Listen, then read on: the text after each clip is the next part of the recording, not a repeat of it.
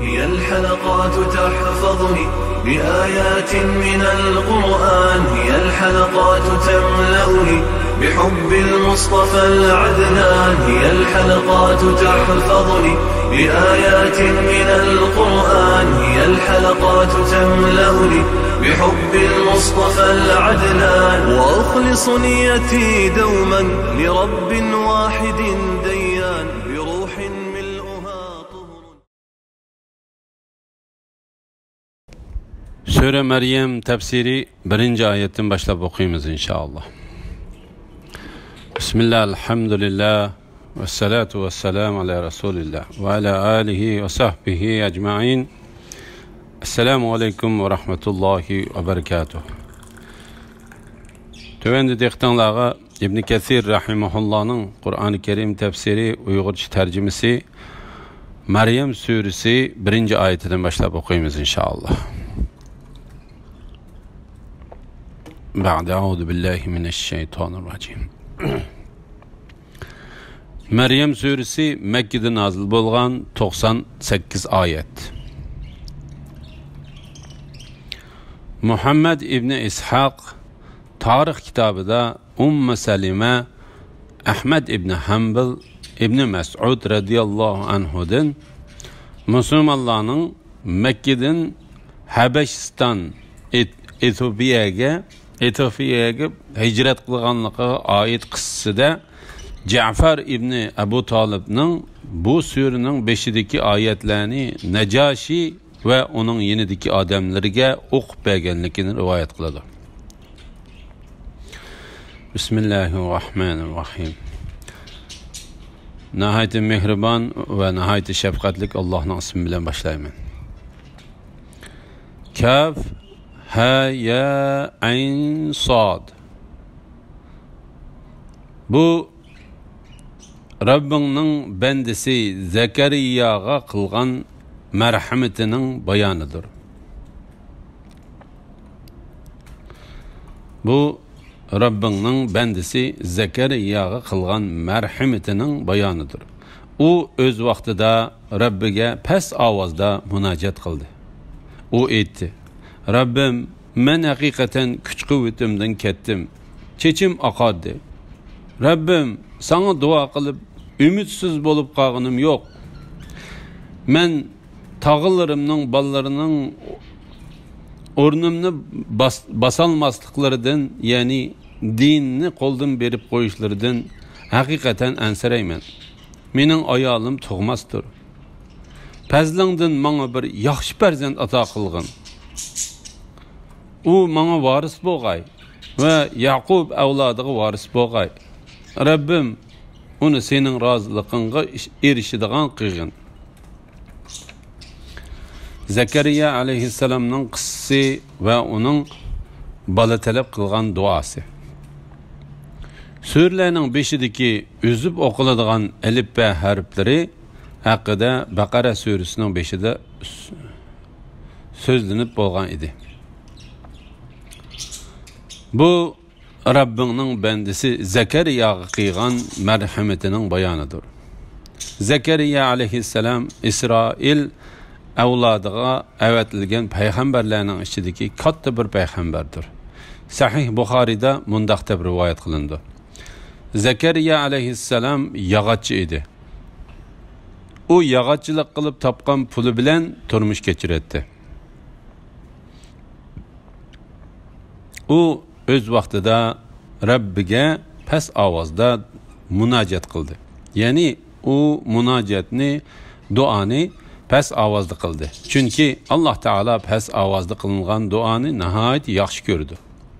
Qatada bu oyat haqida mundaq dedi: Alloh taolo sheksiz qo'rqadigan dilni biladi ve pes ovozni anglaydi.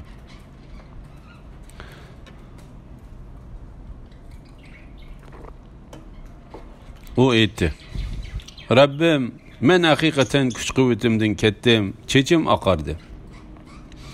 Bundaq deyishdiki maqsad u o'zining ojizlashib qerib qolganligidan, qerilikning barliq alomatlaridan xabar berganligidir. Rabbim, sana dua qilib umidsiz bo'lib qolganim yo'q.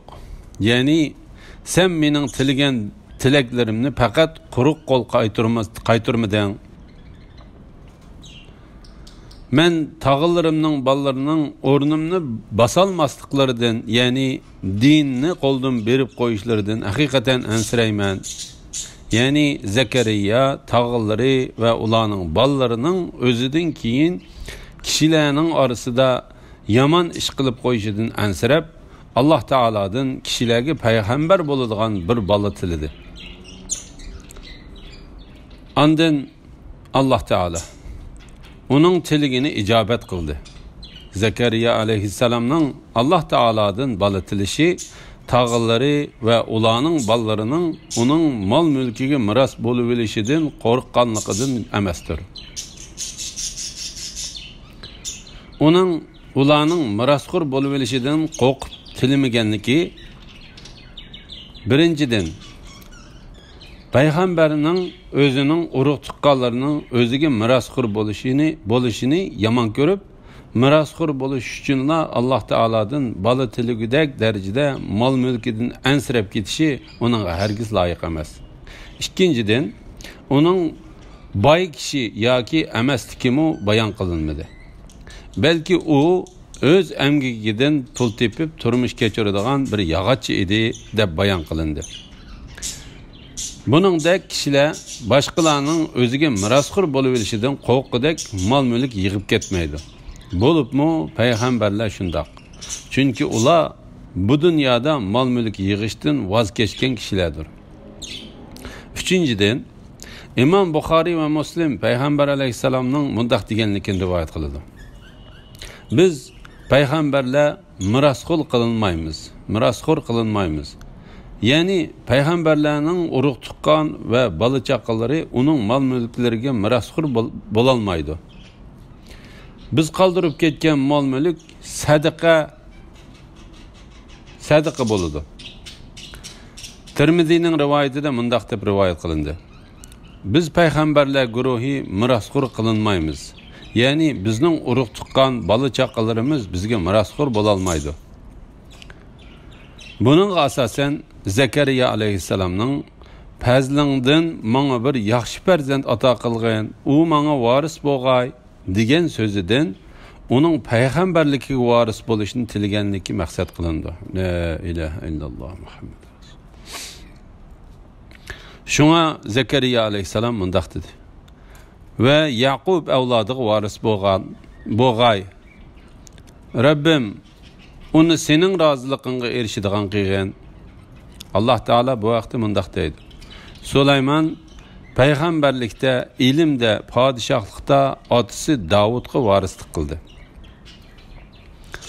Agar mol mulkdagi mirasxo'rlikni ko'zda tutgan bo'lsa, Zekeriya alayhissalom bolasi Yahyani uning qarindoshlari ichidan mirasxo'rlikqa tayinlamaydi va uning mirasxo'r bo'ladiganligini xabar qilishning ahamiyati bo'lmaydi. Chunki hamma dinda balaning dadiga varislik qilishi muqarrardir. Agar u mirasxo'rlik xususiy mirasxo'rlik, ya'ni uning payg'ambarligiga bo'ladigan mirasxo'rlik bo'lmaydigan bo'lsa, u mirasxo'rlik to'g'risida xabar berilmaydi. Payg'ambar alayhisalomning biz payg'ambarlar guruhi mirasxo'r qilinmaymiz. Biz qoldirib ketgan mol-mulklar sadaqadir degan so'zi mirasxo'rlikning uning mol-mulkiga emas, balki payg'ambarligiga ekanligini isbotlaydi. U menga varis bo'lg'ay va Yaqub avlodiga varis bo'lg'ay. Alloh taolaning bu so'zi haqida Mujahid mundaq dedi. Uning mirasxo'rligi uning bilimiga qartilgandir. Zekeriya aleyhisselam Yaqub aleyhisselamның urug' avlodidandir. Hushaym mundaq dedi. Biz bu oyatning ma'nosi haqida İsmail ibn Abu Khalid Abu Salihning mundaq deganligini angladik. Yahya aleyhisselam uning oti bo'g'illari payg'ambar bo'lganidek payg'ambar bo'ladi.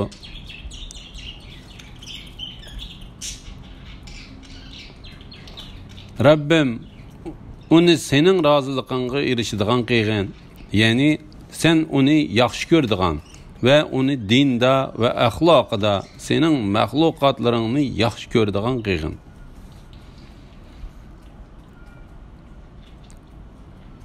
Allah aytdi: Ey Zakariya, biz hakikaten sana periştiler arkalık Yahya isimlik bir oğul bilen hoş haber berimiz. İlgiri hiç Ademni onunla isimdaş kılmadık. Zakariya aleyhisselamның duasının icabet bolğanlığı. Duası tilegen tilekle icabet kılıngandan keyin onunla mındaq deyildi: Ey Zakariya, biz hakikaten sana periştiler arkalık Yahya isimlik bir oğul bilen hoş haber berimiz. Allah Teala bu vakti mındaq dedi: Şu vakitte yani Meryem'nin kerametini körgen çağda Zakariya Rabbiga dua kılıp: Ey Rabbim, bana öz dergahından bir yaxşı perzent ata kılgan. Hakikaten duanı işitkiçsen dedi. O ibadetgahıga namaz okuvatqanda, o ibadetgahida namaz okuvatqanda periştiler onunla. Sana Allah'ın kelimesi yani İsa'ni tasdik kılgıcı, Seyyid, perhizkar ve yaxşılardan boğan Yahya isimlik bir peygamber bilen hoş haber berdi deb nida kıldı. İlgiri hiç Ademni onunla isimdaş kılmadık. Bu ayetning ma'nosi haqida Qatada, İbn Jurayj ve İbn Zeyd qatorliqlar mundaq dedi: Onundan ilgiri hiç kim Yahya degan isim bilan atılıp bakmagan edi. İbn Jarir bu sözünün to'g'ri ekanligini ta'kidladi.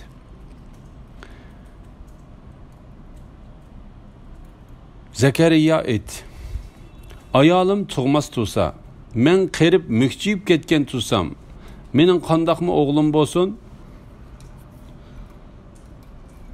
Nida qilgan farishta aytdi: Ish ana shundaqdir.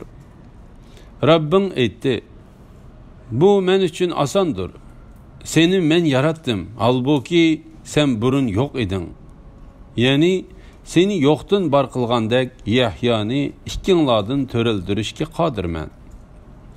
Zakariya alayhissalomning o'zining qilgan duosining ijobat bo'lganligiga hayron qolganlik.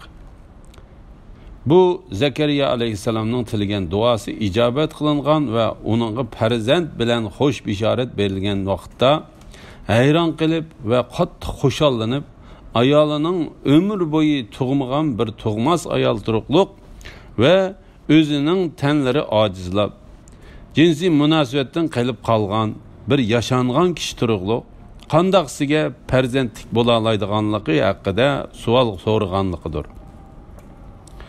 Zakariya aytdi: Ayolim tug'mas tursa, men qerib mükjiyib ketgan tursam, mening qandaqmi o'g'lim bo'lsin? Uningga farishta javob berib mundaq dedi: Ish ana shundaqdir. Rabbim aytdi: Bu men uchun osondir.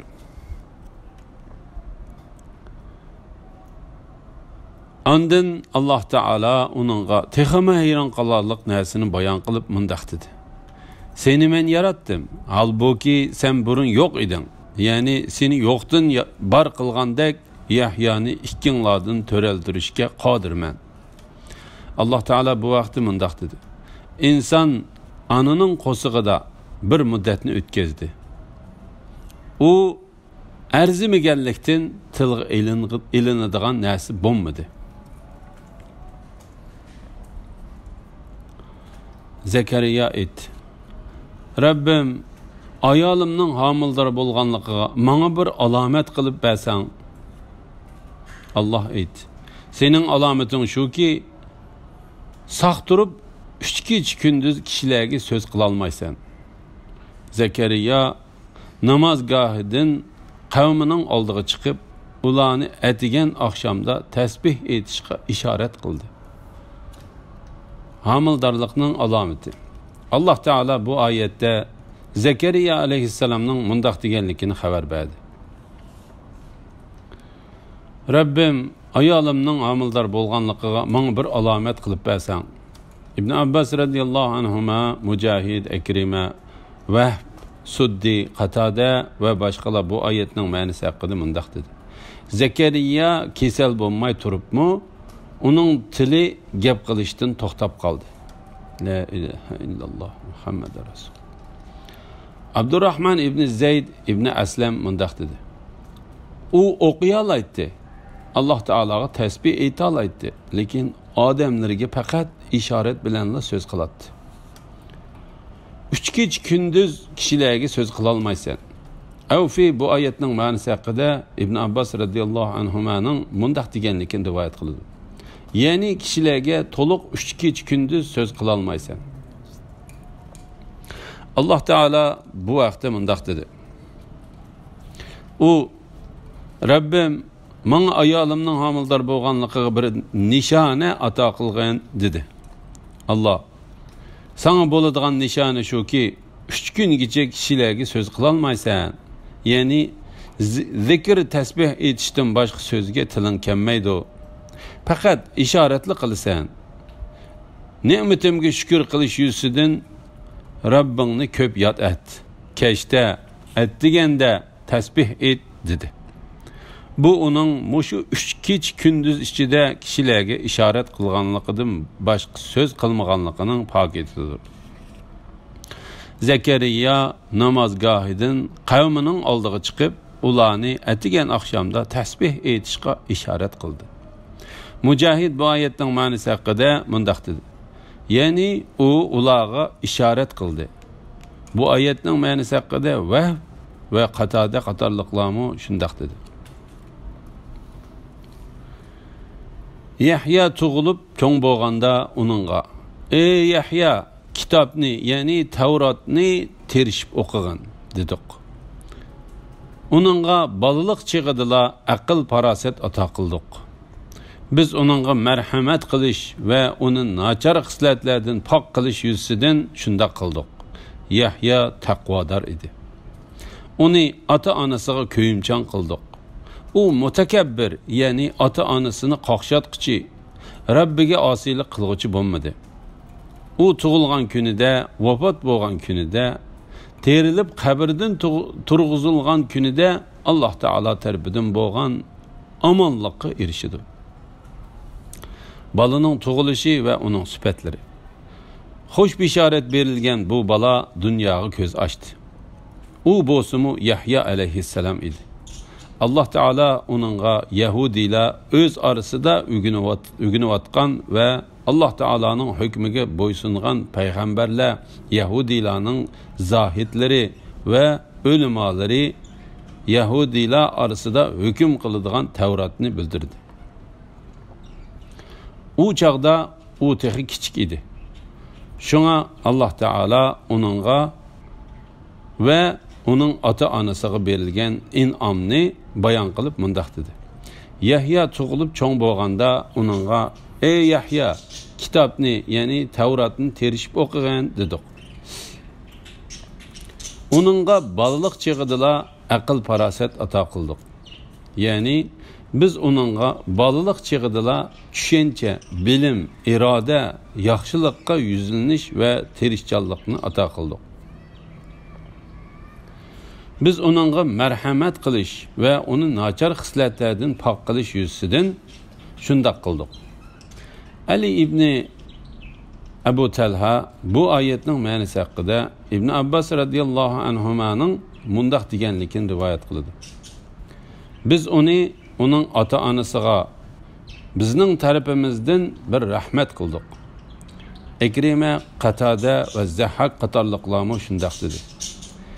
Zahhak yuqoridagi so'zga bizdan boshqa birisi qodir bo'lolmaydigan degan so'zni qo'shib qo'ydi.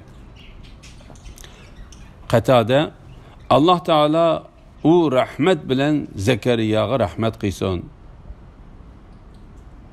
degan so'zni qo'shib qo'ydi. Mujahid biz uni Rabbi tarafidan uningga mehribonlik qilish yuzidan shunda qildik degan so'zni qo'shib qo'ydi.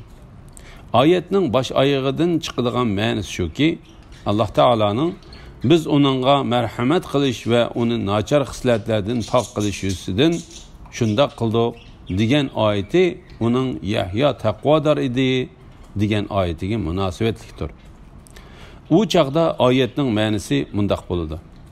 Ya'ni biz uningga balaliq chig'idala tushuncha va bilim ato qildik. Shundaqla uni dil yumshoq, mehribon qildik. Avfi bu oyatning ma'nosi haqida Ibn Abbas radhiyallohu anhumaning mundaq deganligini rivoyat qiladi. Ya'ni biz uni barakatli qildik. Yahya taqvodor edi. Ya'ni u bir gunoh qilishni o'ylamaydigan pok taqvodor edi. Uni ota-onasiga ko'yimchan qildik. U mutakabbir, ya'ni ota-onasini qaqshatquchi, Robbiga osiylik qilguchi bo'lmadi. Alloh taolo yuqorida Yahyoning o'zining Robbiga bo'ysunadiganligini, uning mehribon va pok ekanligini bayon qilgan edi.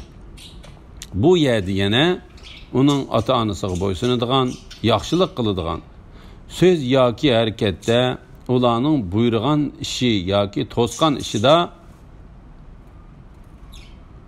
u ikkisiga osiylik qilishdan saqlanadigan qilib o'stirganligini bayon qilib keltirdi. Shunga Alloh taolo mundaq dedi. Robbiga osiylik qilguchi bo'lmadi. Alloh taolo uningdagi bu yaxshi xuluqlarni bayon qilib bo'lgandan keyin uningga beriladigan mukofotlar haqida mundaq dedi. U tug'ilgan kunida, vafot bo'lgan kunida, terilib qabrdan turg'izilgan kunida Alloh taolo tarafidan bo'lgan omonlikqa erishidi. Ya'ni uningga mushu 3 ahvolda xotirjamlik bor. Sufyan ibn Uyayna mundaq dedi. İnsan mundaq 3 ishdan bek qo'rqidi. Birinchi tug'ilgan kuni u o'zining burunqi o'rnidan boshqa bir dunyoga kelib qolganligini ko'rganida qo'rqidi. Ikkinchi, o'lgan kuni u burun ko'rmagan kishilarni ko'rganda qo'rqidi. Uchinchi, qabrdan terilib turgan kuni u o'zini katta bir yig'ilishni ko'rganda qo'rqidi. Alloh taolo Yahyoga bu 3 o'rinda marhamat qilib, uni bu o'rinlarda xotirjam qiladiganligiga xo'sh bishorat berdi. La ilaha illalloh Muhammad rasul. Elhamdülillah. Allah şükürler olsun. Yuqorida Maryam suresi tafsiridan 15. oyatgacha anladinglar. Oxirini keyin qitimliq o'qishimiz davomlashtiramiz inshaalloh. Va sallallohu ala Muhammad va ala alihi va sahbihi va sallam. Assalomu alaykum va rahmatullohi va barakatuh.